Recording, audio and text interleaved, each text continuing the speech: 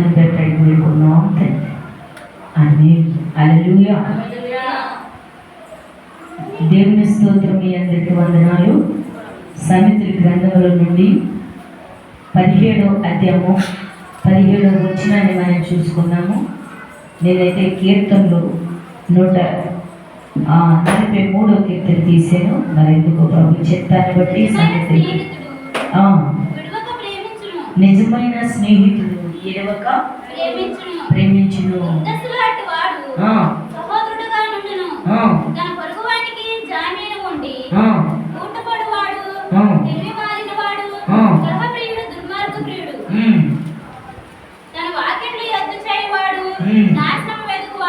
నాశనం వెతుకువాడు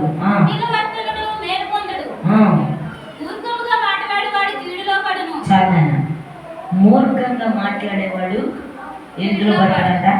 కీడులో పడదు. ఆ వాక్యం అలాగే ఉంచండి. మరి అదే సామెతల గ్రంథం 20వ అధ్యాయం 17 వచనానికి కూడా చదవండి. 20:17 మోసము చేసి తెచ్చుకున్న ఆహారము మనుషులకు బహు ఇంపుగా ఉండదు. పిమ్మట వారి నోరు మట్టితో అర్థమవుతుందా? మోసము చేసి తెచ్చుకున్న ఆహారం అంట బహు ఇంపుగా అనిపిస్తుందంట, కానీ కొద్ది కాలమే ఉంటుందంట. తర్వాత వారి నోరు మట్టితో నింపబడును అంటే అర్థమైందా? మన నోరు ఎప్పుడు మట్టిలో మన నోట్లో మట్టి ఎప్పుడు నింపబడద్ది? దేవుని స్తోత్రం.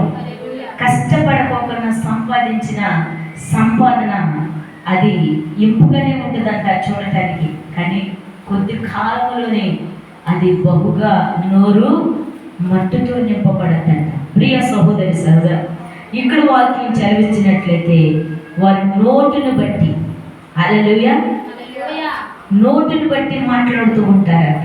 వారి నోరే నాశనానికి తెచ్చుకుంటారట.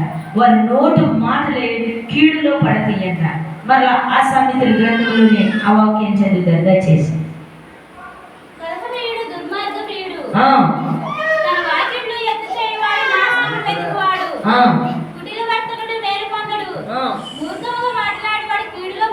మూర్ఖంగా మాట్లాడేవాడు ఏం చేస్తారంట?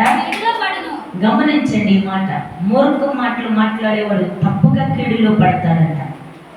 ఎందుకంటే నీవెప్పుడైతే సమాధానం కలిగి మాట్లాడతావో, నీవెప్పుడైతే దేవుని అనుసరిస్తూ మాట్లాడతావో, అప్పుడు దేవుని యందు ఆనందించబడుతురు. హల్లెలూయా. దావీదుని ఎవరు కోరుకున్నారు? మనుషులు కోరేరా? రాజులు కోరేరా? అధికారులు కోరేరా? తల్లిదండ్రులు కోరుకున్నారా? దావీదుని ఎవరు కోరుకున్నారు? దావీదుని దేవుడు కోరుకున్నాడు. దేవుని స్తోత్రం. ఈరోజు నిన్ను నన్ను కూడా ఆ దేవాతి దేవుడు కోరుకుందురుగా. మనుషులు కాదు, రాజులు కాదు, అధికారులు కాదు, కానీ ఆయన కోరుకున్నాడు. హల్లెలూయా. మనం కోరుకుంటే ఎంత అంతలోనే విడిచిపెట్టేస్తాము. అదే దేవుడు కోరుకుంటే కడవరికి కార్యములు జరగటం ప్రారంభించగలుగునుగా. పనికిరాని వాడు అన్నాడు దావీదుని. కుటుంబంలో పనికిరాని వ్యక్తి అన్నారు, కానీ దేవుడు అన్నాడు కదా, అతడు నాకు కావాల్సిన వాడు. దేవుని స్తోత్రం. అందుకని దావీదును కోరుకొని అభిషేకం చేసి గొల్యాతుని హతమార్చడానికి పంపించాడు. హల్లెలూయా. చిన్న బాలుడు అప్పుడే, దావీదు బాలుడి కాలంలోనే ఏం చేశాడంటే ఎలుగుబంటిని హతమార్చాడు, సింహాన్ని హతమార్చాడు, మళ్ళా గొల్యాతుని కూడా హల్లెలూయా మట్టి కూలేదిగా చేశాడు. ఎందుకో తెలుసా? దేవుడు చేత అభిషేకించబడ్డాడు కాబట్టి ఆయన ఆశీర్వదించబడ్డాడు. దేవుని స్తోత్రం. ప్రియ సహోదరి సహోదర, నీవు నేను కూడా అంతే. దేవుని మాట నీ నోటినుంటే నువ్వు ఆశీర్వదించబడుదురుగా.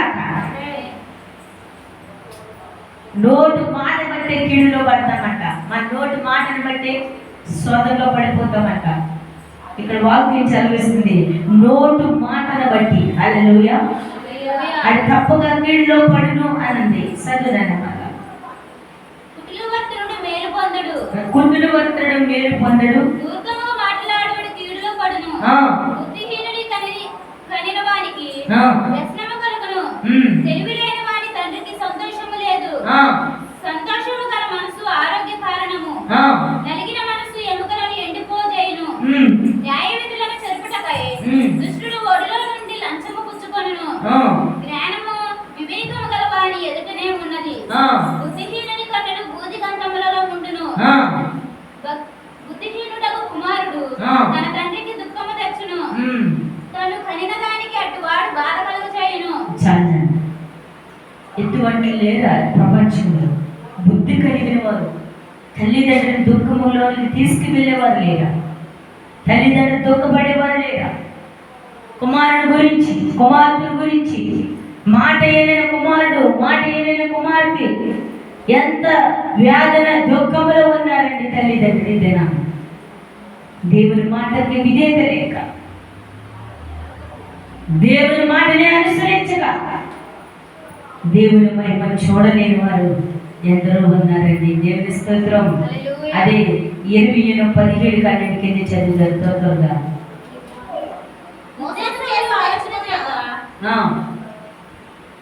ఒక్కరుగా చదవండి. మనుషులకి బహు ఇంపుగా ఉండును.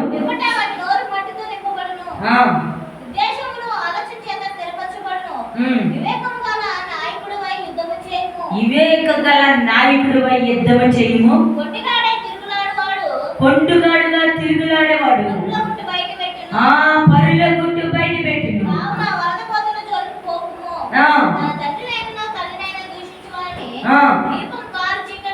హల్లెలూయా, హల్లెలూయా.